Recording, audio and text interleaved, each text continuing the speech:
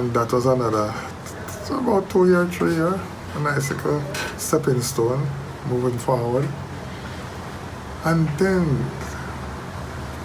one of the greatest things that could have happened to a person or to me, I was at home one evening sitting down relaxing, come back from music school, class, sit down, remember old lady, sit down, kick back easy, chat foolishness.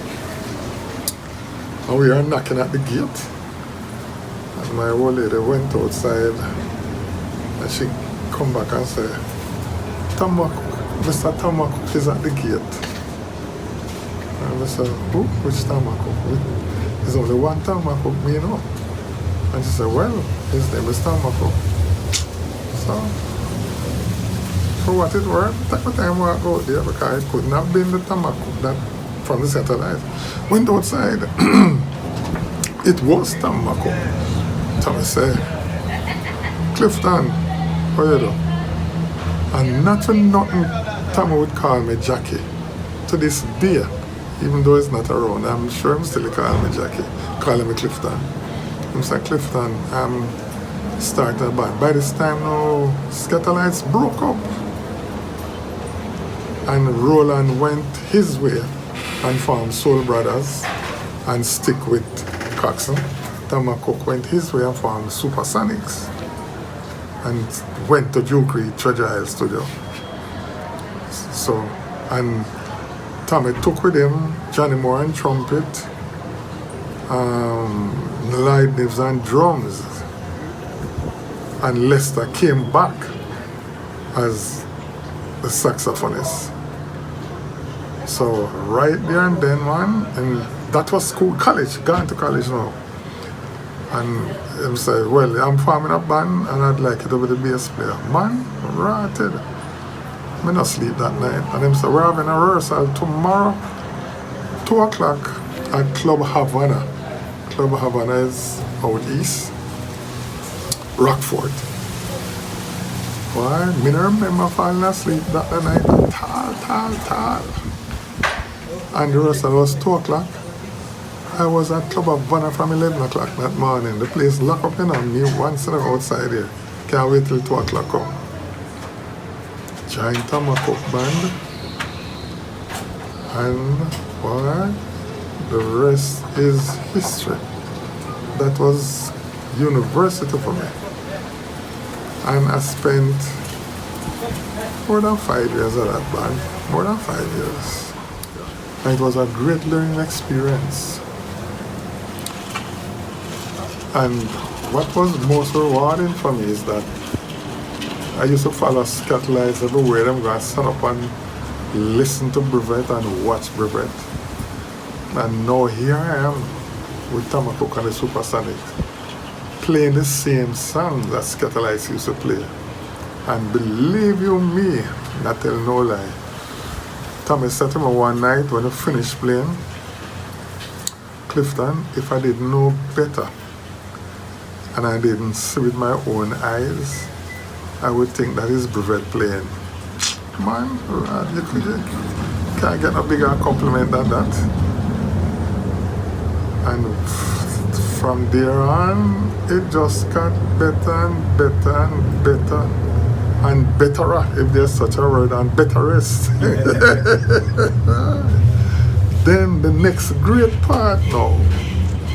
One Saturday night after we finished playing, Tamakuk said to me, Clifton, I hate this damn Clifton so much, man, but I couldn't tell him that.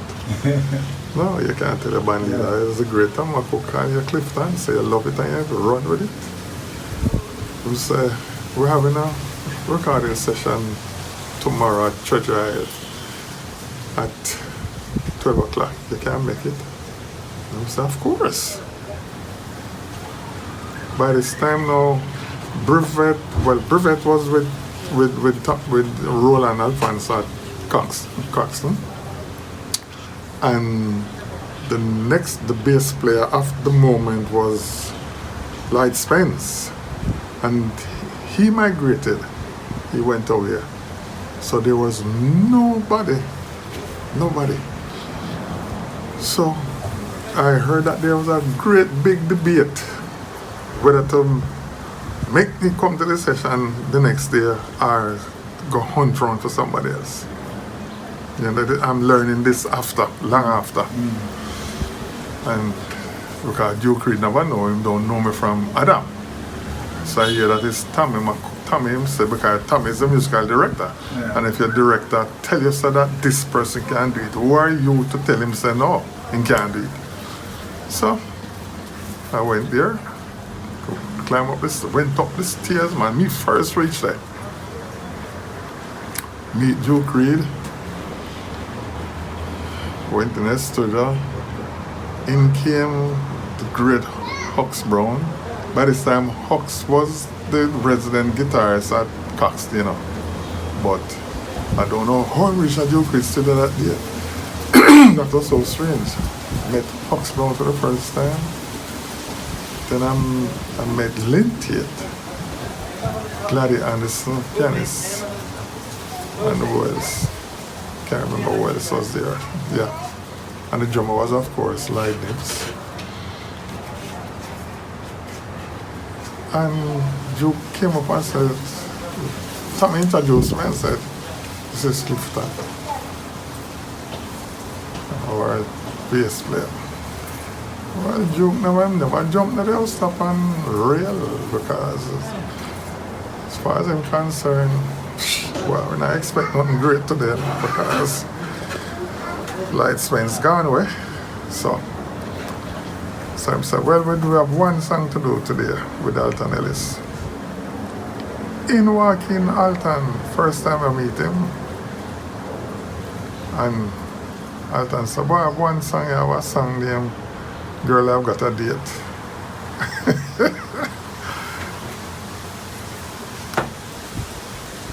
We start the session, and the song, boy, by this time, me young and fresh and ready and a champ on the beat, you know, the horse enter a race. From him walk come out to the paddle ring or whatever, him know somehow win the race, you know.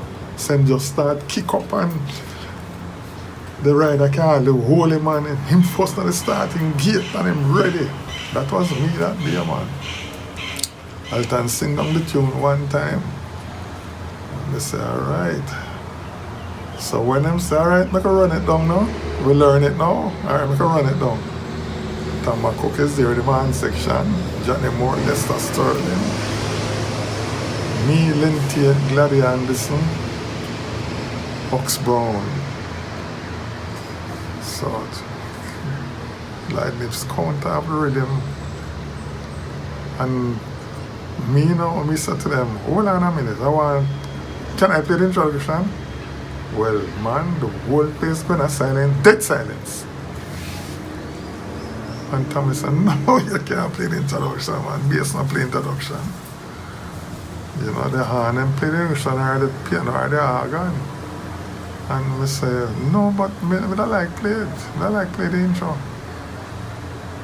And Tommy ready.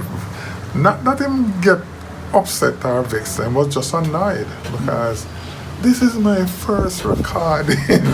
Me never go in a recording studio from and me come tell me want to play the introduction and the hand section there. No man, you man, that is unheard of.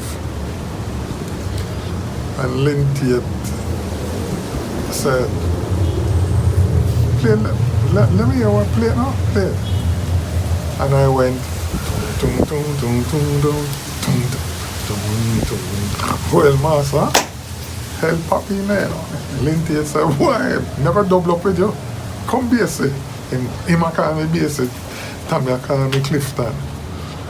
So Lynn Tate said, come, you and I, make the tour play. And the tour went boom, boom, boom, boom, boom, boom, boom, boom. And then the scare come in, then like this make a ratted roll and jump in. Man, they lick it down, and by this time no Duke did step outside, you know. And we gone downstairs because the recording studio was upstairs. He had a liquor store business downstairs. And long after, by this time now, we can't get to record the thing because Tommy adamant that the bass can't play the introduction. So the session come to a standstill, you know. So Mr. Smith, the engineer, now, Juke call him and say, oh, how it going? And I said, boy, we're not doing nothing. This is not about an hour, you know. Sir, Juke race, bull come up the stairs. I said, what happened? What happened? Almost an hour now. And Tommy said, basically want to play the introduction for the song, man, but you know, we can't, the bass can't play the intro. But guess what happened now? When nobody never knew all these years them have got treasure.